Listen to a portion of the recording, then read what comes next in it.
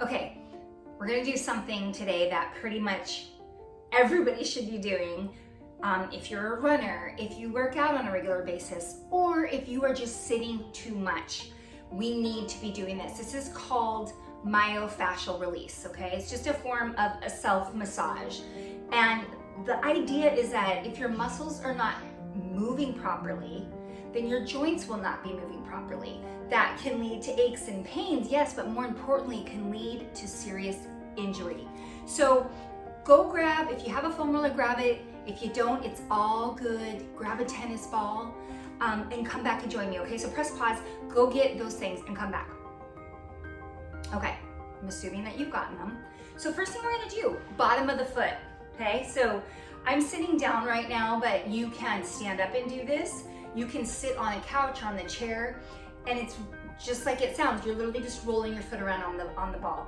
So when we're doing all this today, we're scanning for what we call hot spots. That's just like an area of tension, an area of tenderness. When you find that hot spot, you want to hold on it, and you want to try to breathe slowly and relax, okay? The exact opposite of what we feel like we need to do when we find these hot spots. We want to tense and hold the breath, but you want to breathe and relax. Okay, let's do the other side.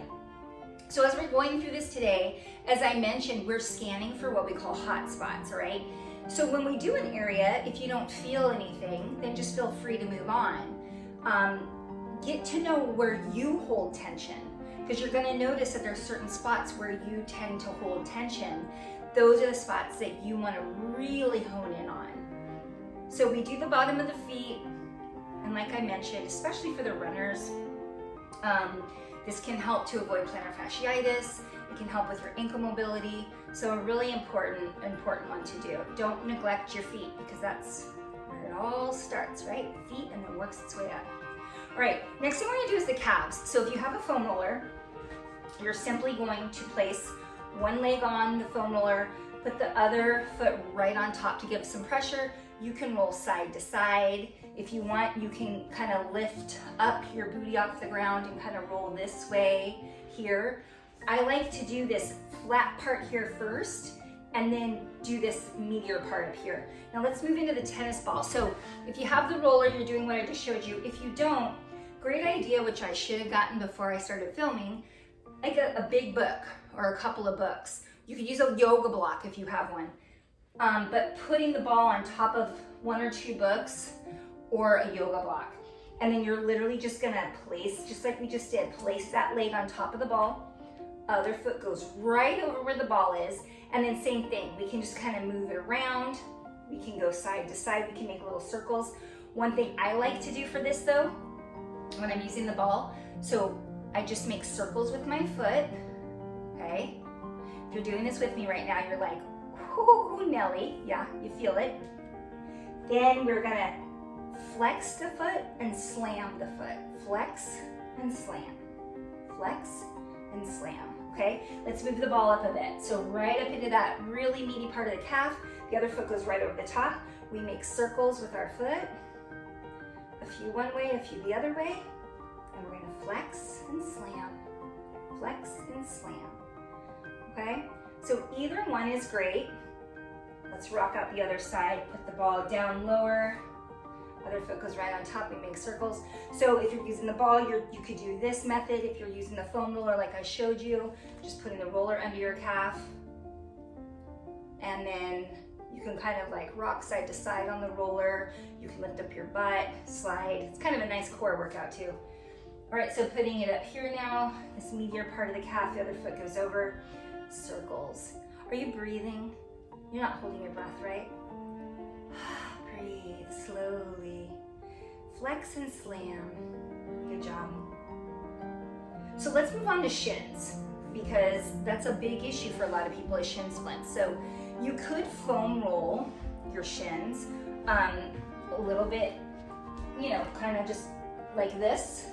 You could do this, but I love using the tennis ball for this. So you don't want to roll on the bone, right on the outside edge of your shin. You're just going to take both hands and just kind of make circles and move your way down the shin. So you can adjust the pressure you need to adjust. And then same thing over here on the inside, just real gentle here. So it's just kind of like right to the side of your shin, almost on like the side of your calf muscle, just kind of working that spot. So you're just making little tiny circles, okay? You could also even kind of just roll the ball down right to the side of your shin bone. Okay, let's do the other side. So just little circles. You'll feel this, it feels pretty good. Might be a little tender for you, especially if you've just recently picked up running. Okay, and then coming over here, doing the same thing.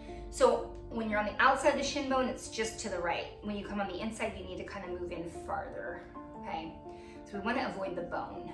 We're just working the muscles here. All right, now we're gonna get on the side of the calf here. So I'm gonna take the ball and I'm gonna put it underneath my calf muscle here. And then I'm gonna take my hand and put it over the top where that is. And then I can just kind of, I like to even grab my ankle like this and just kind of make circles here like this.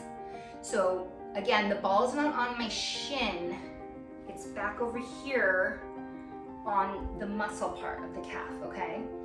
So just kind of rolling that ball around, pushing down with one hand to get some pressure, but using my hand to hold up my ankle and move my leg around. And you can kind of work it down a little bit. Okay, let's do the other side. And listen, I'm speeding this along. You should spend more time on each thing, okay? So, you know, you're spending a couple minutes at least in each area, 2 to 4 minutes. But just come through this with me and notice where you're really feeling it and then go back and work on that. All right, just another couple of spots.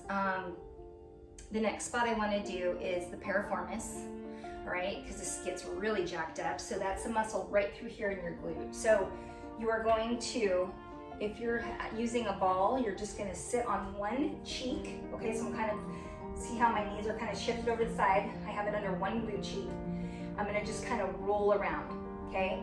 The muscle in your piriformis is very big, so really move around. Try to find that hot spot, okay, that tender spot. And odds are you're feeling this, especially if you're using the tennis ball, okay? You're gonna pick up the leg, whatever glute the ball is under, pick that leg up, cross it over, and roll again. This is when you're gonna find the good stuff, I guarantee it, friend. Breathing, right? Breathing. You might be cursing, you might be throwing me some F-bombs, that's okay, but breathe as you do it, please.